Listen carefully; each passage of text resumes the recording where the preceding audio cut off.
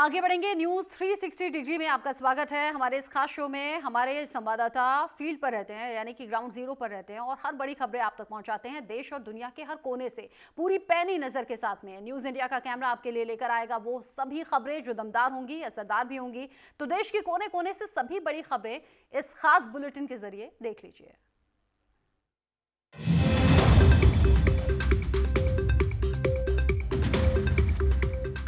प्रधानमंत्री नरेंद्र मोदी के खास प्रोग्राम मन की बात कार्यक्रम में आज एक बार फिर देश की जनता को संबोधित किया। 128वें एपिसोड में आज उन्होंने हरियाणा के कुरुक्षेत्र में बने महाभारत केंद्र का जिक्र किया। प्रधानमंत्री नरेंद्र मोदी ने आज देशवासियों को अपने मन की बात कार्यक्रम के जरिए संबोधित किया। ये मन की बात कार्यक्रम का 128वां एपिसोड था। मन की बात में पीएम मोदी ने हरियाणा के कुरुक्षेत्र में बनाए गए महाभारत अनुभव केंद्र का जिक्र करते हुए कहा कि आप महाभारत का केंद्र में अनुभव कर सकते हैं। इसके अलावा पीएम ने गीता महोत्सव का भी जिक्र किया। पीएम मोदी ने भारत में टूरिज्म को बढ़ावा देने पर जोर देते हुए कहा कि भारत में विंटर टूरिज्म की अपार संभावनाएं हैं।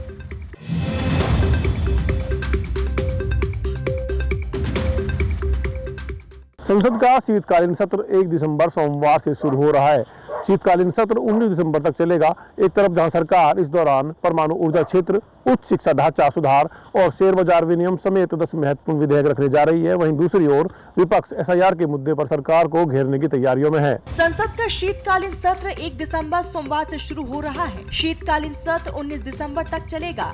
एक तरफ जहां सरकार इस दौरान परमाणु ऊर्जा क्षेत्र, उच्च शिक्षा ढांचा सुधार और शेयर बाजार विनियम समेत 10 महत्वपूर्ण विधेयक रखने जा रही है, वहीं दूसरी तरफ विपक्ष एसआईआर के मुद्दे पर सरकार को घेरने की तैयारी में है। बता दें, सोमवार से शुरू हो रहे संसद के शीतकालीन सत्र में सरकार असैन्य परमाणु क्षेत्र को निजी कंपनियों के लिए खोलने संबंधी विधेयक के साथ अपने सुधार एजेंडे को आगे बढ़ाएगी। तो वहीं विपक्ष द्वारा राष्ट्रीय राजधानी में वायु प्रदूषण के मुद्दे के अलावा 12 राज्यों और केंद्र शासित प्रदेशों में एसआईआर के मुद्दे पर सरकार को घेरने की संभावना है।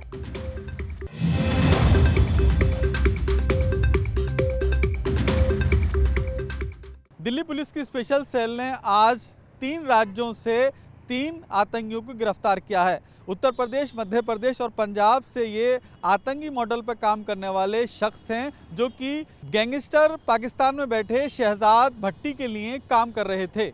दिल्ली पुलिस की स्पेशल सेल को आतंक के खिलाफ कार्रवाई में बड़ी सफलता हाथ लगी है। स्पेशल सेल ने 3 से ज्यादा आतंकियों को गिरफ्तार किया है। बताया जा रहा है कि पाकिस्तान की खुफिया एजेंसी आईएसआई से जुड़े टेररिस्ट शहजाद भट्टी के संपर्क में ये सभी आतंकी थे। स्पेशल सेल से मिली जानकारी के मुताबिक पकड़े गए सभी आतंकी उत्तर भारत के रहने वाले बताए जा रहे हैं। ये गिरफ्तारियां मध्य प्रदेश, पंजाब और उत्तर प्रदेश से हुई हैं।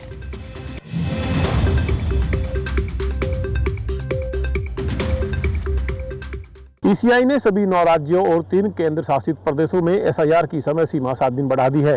चुनाव आयोग ने एसआईआर फेज 2 के शेड्यूल में बदलाव किया है।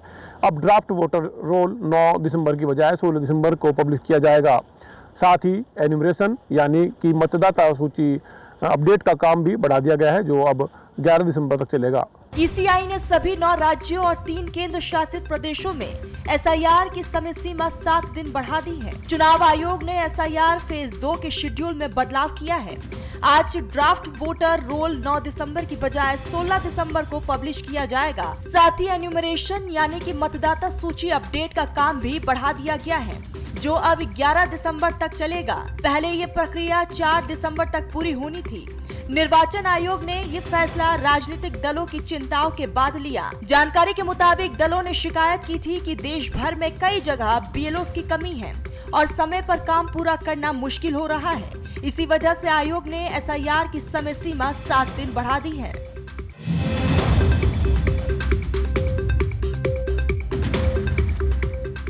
चुनाव आयोग ने बूथ लेवल अफसर्स की सैलरी 6,000 से बढ़ाकर 12,000 रुपए सालाना कर दी है। इसके अलावा वोटर रोल तैयार करने वाले, उसमें बदलाव करने वाले बीएलओ सुपरवाइजर की सैलरी भी 12,000 से बढ़ाकर 18,000 रुपए कर दी गई है। जिस सरकारी कर्मचारी को बीएलओ का काम दिया गया है, उसे यह पैसा उसकी सैलरी के अलावा अलग से दिया जाएगा। चुनाव आयोग ने बूथ लेवल ऑफिसर्स की सैलरी 6,000 से बढ़ाकर 12,000 रुपए सालाना कर दी है। इसके अलावा वोटर रोल तैयार करने में उनमें बदलाव करने वाले BLO सुपरवाइजर की सैलरी भी 12,000 से बढ़ाकर 18,000 रुपए कर दी गई है। जिस सरकारी कर्मचारी को BLO का काम दिया गया है उसे ये पैसा उसकी सैलरी के अलावा अलग से दिया जाता है। आयोग ने शनिवार को जारी एक रिलीज में कहा कि पिछला ऐसा बदलाव 2015 में किया गया था। पहली बार इलेक्टोरल रजिस्ट्रेशन ऑफिसर्स और असिस्टेंट इलेक्टोरल रजिस्ट्रेशन ऑफिसर्स को भी मानदेय दिया जाएगा।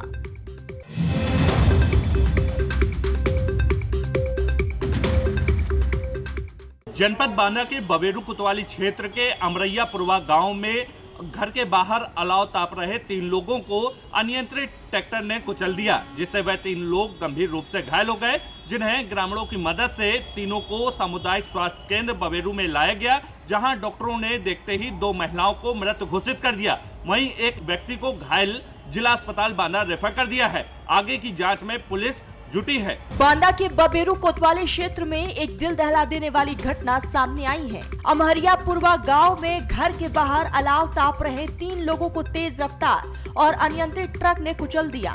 हादसा इतना भीषण था कि मौके पर अफरा तफरी मच गई।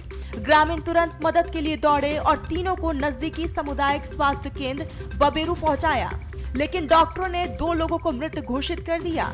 तीसरे घायल की हालत गंभीर बताई जा रही है, जिसे तुरंत जिला अस्पताल रेफर किया गया है। पुलिस पूरे मामले की जांच में जुटी है।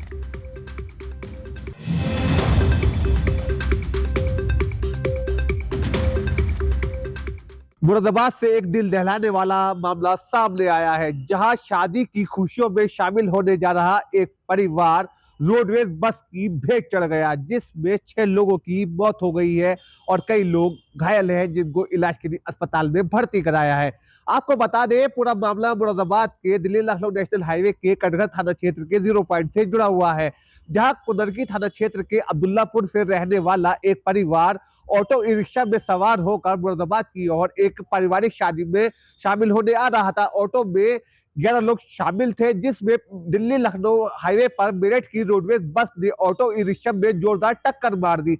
टक्कर इतनी भयंकर थी कि ऑटो रिक्शा में बैठे 5 लोगों की मौके पर मौत हो गई थी। बाकी जो घायल थे, जिनको इलाज के लिए अस्पताल में भर्ती कराया था, उसमें एक बच्ची ने इलाज के दौरान दम तोड़ दिया। वहीं पुलिस ने शवों को कब्जे में लेकर पोस्टमार्टम के लिए भेज दिया है और आगे की वैधानिक कार्रवाई जारी है। उत्तर प्रदेश के मुरादाबाद से एक दिल दहला देने वाला हादसा सामने आया। थाना कटघर क्षेत्र के 0 पॉइंट दिल्ली लखनऊ हाईवे पर ऑटो और रोडवेज बस की जबरदस्त टक्कर हो गई। टक्कर इतनी भीषण थी कि ऑटो में सवार एक ही परिवार के 5 लोगों की मौके पर ही मौत हो गई। जानकारी के मुताबिक टेम्पो चालक माटी उर्फ संजू अब्दुल्लापुर कुंदरकी से रफतपुर कटघर में शादी समारोह में लोगों को लेकर जा रहा था। रफतपुर अंडरपास से आगे जैसे ही ऑटो हाईवे पर पहुंचा, तभी सामने से आ रही रोडवेज बस से जोरदार भिड़ंत हो गई। हादसे में 6 लोग गंभीर रूप से घायल हो गए। सभी घायलों को तुरंत जिला अस्पताल में भर्ती कराया गया है, जहां उनका इलाज जारी है।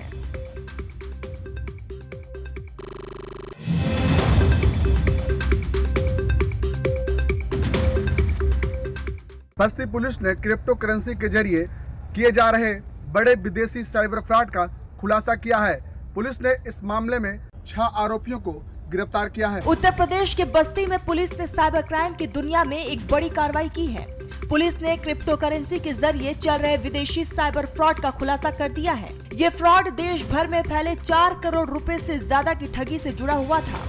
बस्ती और लालगंज थाना क्षेत्र ने संयुक्त ऑपरेशन चलाकर रातों रात इस गिरोह के 6 सदस्यों को गिरफ्तार किया। डीआईजी संजीव त्यागी ने प्रेस कॉन्फ्रेंस करके बताया कि ये एक इंटरस्टेट गैंग है, जिसका मास्टरमाइंड देश के बाहर बैठकर ठगी का पूरा नेटवर्क चला रहा था।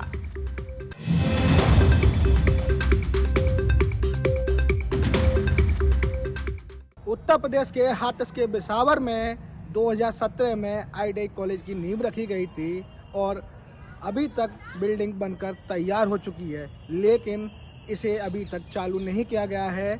और यही नहीं, जनपदियों का इस तरफ कोई भी ध्यान नहीं है। हजारों युवा शिक्षा लेने से वंचित हैं, जो कि बाहर जनपदों में जाकर ITI की शिक्षा ले रहे हैं। हालांकि हाथरस सांसद अनूप प्रधान का कहना है कि शिक्षा मंत्री से बात हो चुकी है और ITI कॉलेज जल्द से जल्द चालू किया जाएगा। अब देखना होगा कि इस कॉलेज में कब तक शिक्षा चालू की जाती है। हाथरस जिले के सदाबाद तहसील के बिसावर क्षेत्र में 8 साल से तैयार पड़ा ITI शिक्षण संस्थान अब तक शुरू नहीं हो पाया है। साल 2017 में समाजवादी सरकार के समय पर ITI की योजना बनाई गई थी। इसके लिए लगभग 10 करोड़ रुपए की मंजूरी भी दी गई थी। कोरोना काल में 1 साल तक काम रुका, लेकिन इसके बाद निर्माण कार्य तेजी से हुआ और जुलाई 2024 तक बिल्डिंग पूरी तरह बनकर तैयार हो गई। मार्च 2025 में ये बिल्डिंग सरकार को सौंप भी दी गई। इसके बावजूद आज तक यहाँ पढ़ाई शुरू नहीं हुई है। क्षेत्र के युवाओं को तकनीकी शिक्षा के लिए बाहर जाना पड़ रहा है।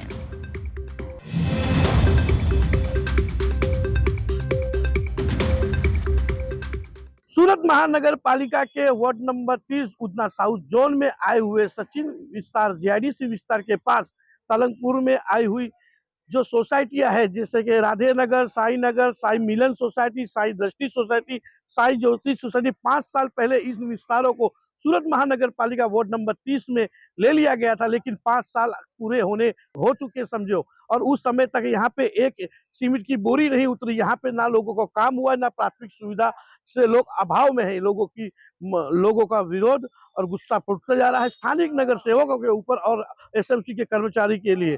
स्थानिक लोग ने बार बार SMC में फरियाद की, पर आज तक वहाँ पे कचरे की गाड़ी भी टाइम पे नहीं आती, ना वहाँ सोसाइटी में जाने के लिए नेक रास्ते हैं। आगे इस विवाद को लेके SMC में लोगों ने SMC का घेराव भी किया है, और अगर उनका काम ना हुआ तो आने वाले समय में उग्र आंदोलन की धमकी दी है। सूरत के उधना साउथ जोन के बॉर्डर नंबर 3 तलंगपुर शिवनगर में रहने वाले लोगों के लिए विकास सिर्फ कागज पर ही रह गया है। 5 साल पहले इस पूरे क्षेत्र को महानगर पालिका में शामिल किया गया था, लेकिन आज तक यहाँ एक ईंट तक नहीं लगी। गोपाल नगर, राधे नगर, साई धाम, साई मिलन, साई दृष्टि और साई ज्योति जैसे कई इलाकों को जोड़ने वाली मुख्य सड़क की हालत बेहद खराब है। सड़क कीचड़ और बड़े बड़े गड्ढों में बदल चुकी है। हालात ये है कि बारिश हो या गर्मी, एम्बुलेंस, पुलिस, यहाँ तक कि फायर ब्रिगेड भी अंदर नहीं जा पाती है। मरीजों को ठेले या कंधे पर उठाकर बाहर ले जाना पड़ता है। फिलहाल महानगर पालिका और स्थानीय कॉर्पोरेटर की तरफ से कोई प्रतिक्रिया नहीं आई है, लेकिन क्षेत्रवासी अब विकास की जगह सिर्फ उम्मीद पर टिके हुए हैं।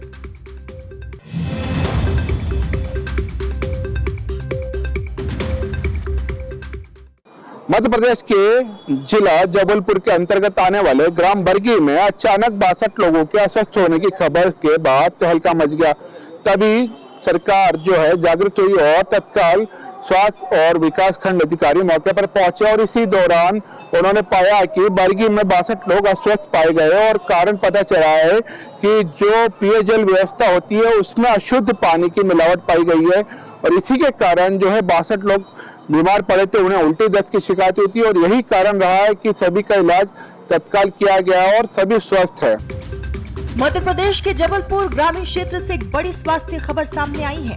तहसील के अंतर्गत आने वाले ग्राम निगरानी के बाजार मोहल्ले में अचानक कई लोगों को उल्टी और दस्त की शिकायत होने लगी। सूचना मिलते ही स्वास्थ्य विभाग की टीम तुरंत मौके पर पहुंची और घर घर जाकर सर्वे किया। स्वास्थ्य अधिकारी डॉक्टर संजय मिश्रा के अनुसार गांव में कुल 62 लोग उल्टी दस्त से पीड़ित पाए गए हैं। स्वास्थ्य टीम ने सभी का इलाज किया, जिसके बाद सभी मरीज अब पूरी तरह सुरक्षित है।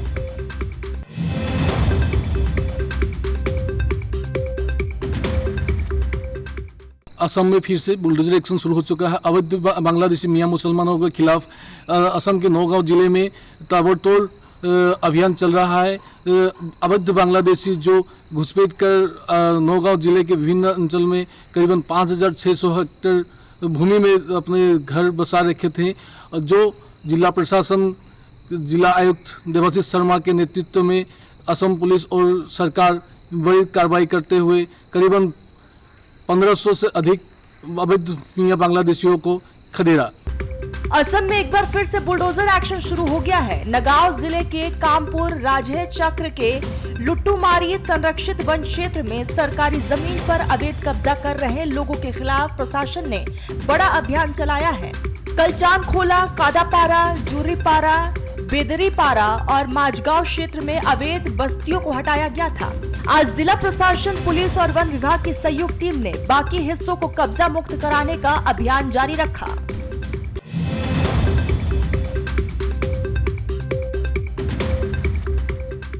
रोहतक से दिल दहला देने वाली खबर है। रोहतक के हुमायूंपुर में 28 साल के रोहित, जो कि राष्ट्रीय पैरा पावर लिफ्टर है, वो एक शादी समारोह में हरियाणा के भिवानी पहुंचे हुए थे। वहां उनकी किसी से लड़ाई हो गई और लड़ाई इस हद तक बढ़ गई कि उनकी जमकर पिटाई कर दी गई। रोहित को तुरंत आनन फानन में अस्पताल में भर्ती करवाया गया, जहां वो जिंदगी और मौत से जंग हार गए। रोहतक से एक दिल दहला देने वाली खबर सामने आई है। राष्ट्रीय पैरा पावर लिफ्ट खिलाड़ी रोहित की बेरहमी से पिटाई के बाद मौत हो गई। भिवानी में शादी समारोह के दौरान शुरू हुआ विवाद देखते ही देखते जानलेवा हमला बन गया। आपको बता दें, 2 बार का junior para national record holder और 7 बार का सीनियर पैरा नेशनल चैंपियन 2 दिन तक अस्पताल में जिंदगी और मौत से लड़ता रहा, जिसके बाद आखिरकार पीजीआई रोहतक में उसने दम तोड़ दिया।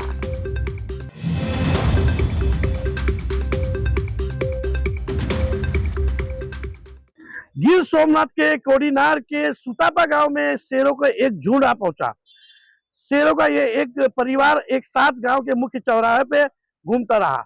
गांव के मुख्य नवदुर्गा चौक पर शेरों का झुंड घूमता नजर आया।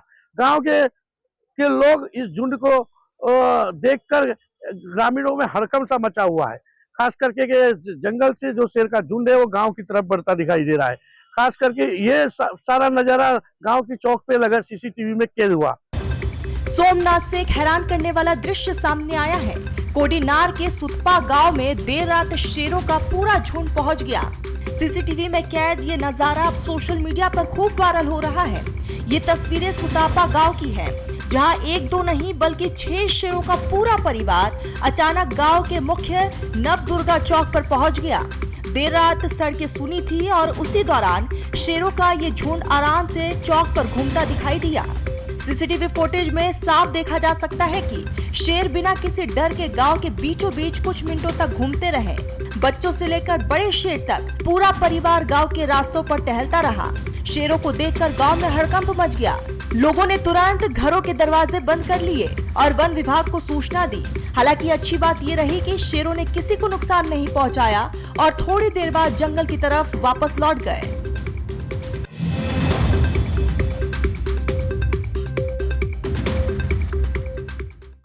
राजस्थान की पुलिस इस समय नशे माफियाओं के खिलाफ एक बड़ा अभियान चला रही है और आज राजस्थान के जालौर जिले के सायला की पुलिस ने एक बहुत बड़ी कार्रवाई करते हुए नशे के माफियाओं पर एक बहुत बड़ा नकेल कसा है। वहीं एक स्कॉर्पियो गाड़ी जो है बरामद की है। गाड़ी में बैठे एक युवक को भी गिरफ्तार किया है। हालांकि जो मुख्य जो है माफिया थे वो पुलिस की गिरफ्त से निकल चुके हैं। हालांकि जो है स्कॉर्पियो के अंदर 175 किलो डोरा पोस्त जो है बरामद किया है। बताया जा रहा था पुलिस की जानकारी के अनुसार चित्तौड़गढ़ से जो है बाड़मेर के लिए ये नशे जो है खेप जो है 175 किलो जो है ले जाया जा रहा था डोरा पोस्त। तो इस तरीके से पुलिस की जो है बड़ी कार्रवाई है। राजस्थान के जालोर से बड़ी खबर सामने आई है। सायला पुलिस ने नशा तस्करों पर बड़ी कार्रवाई करते हुए एक स्कॉर्पियो से 175 किलो डोडा पोस्ट बरामद किया है। हालांकि पुलिस घेराबंदी के बावजूद 2 तस्कर मौके से फरार हो गए। जानकारी के मुताबिक ये खेप चित्तौड़गढ़ से बाड़मेर ले जाई जा रही थी। पुलिस ने पूरे मामले की जांच शुरू कर दी है और जल्द ही बाकी आरोपियों की गिरफ्तारी का दावा किया।